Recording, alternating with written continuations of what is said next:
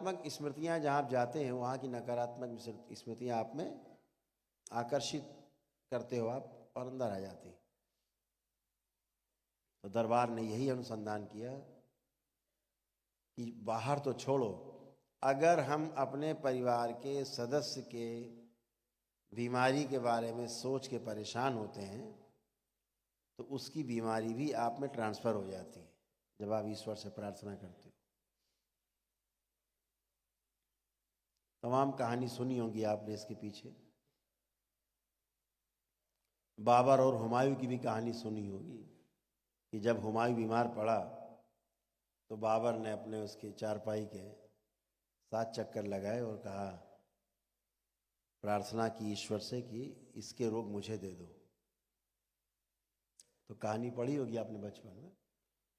तो हुमायूं ठीक हो गया और बाबर बीमार हो गया। स्मृतियां हैं गहरे में, उधर डाइवर्ट हो गए और उसकी मृत्यु हुई, हुमायूं बच गए। तमाम, जैसे गोविंदा जी अभी आए थे आपके दरबार में, गोविंदा जी और उनकी धर्मपत्नी जी आई थी। तो गोविंदा ने बताया कि 14 साल की उम्र तक उनको भारी कष्ट थे, लेकिन कुछ प्रार्थना पूजा हुई घर में और भगवान को बहुत गोविंदा मानते ही हैं बहुत ज़्यादा। कुछ प्रार्थना पूजा हुई और वो सारी जो स्मृतियां थी परिवार में सरक गई। तो ये स्वस्थ बने रहे और बाकी लोग जो परिवार की थी वो बीमार हो गए, भारी कष्ट पाए। तो स्मृतियां ट्रांसफ़र की जा सकती हैं, परिवार के सदस्यों में भी ट्रांसफ़र की जा सकती हैं, परिवार के डीएनए के बाहर भी किसी दूसरे डीएनए में ट्रांसफ़र की जा सकती हैं। ये तो खेल खूब चला, लेकिन नष्ट कर दी जाएं, ये पहली बार आपके दरबार में हुआ, करौली सरकार के दरबार में हुआ।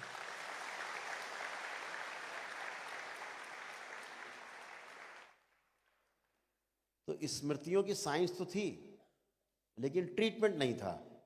ये सब जानते थे कि स्मृति जो है, कर्म स्मृति, हमारी कर्मों की जो स्मृति बनी हुई है, जब तक वह स्मृति रहती है उसका भोग बनता है। उसका भोग काटने के लिए स्मृति आगे आती है और वह स्मृति जो है रोग के रूप में दिखाई देती जब भोग कटना होता है।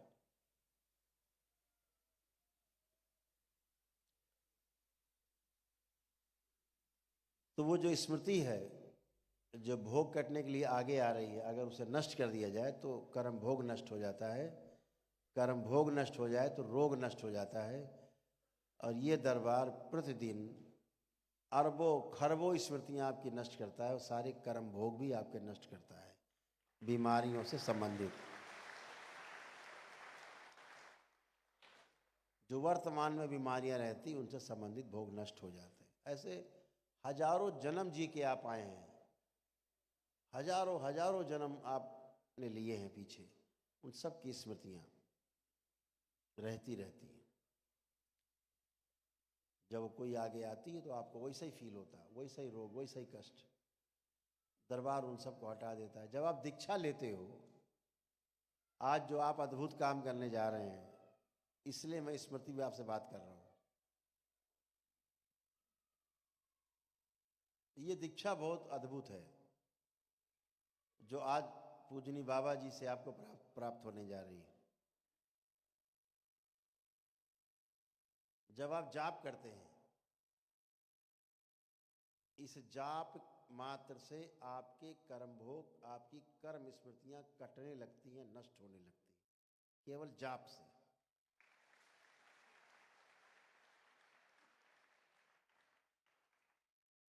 तो वैसे ही रोग और कष्ट एकदम लगता है कुछ कष्ट हुआ, वो कष्ट नहीं है, कर्म भोग है, कट के बाहर हो।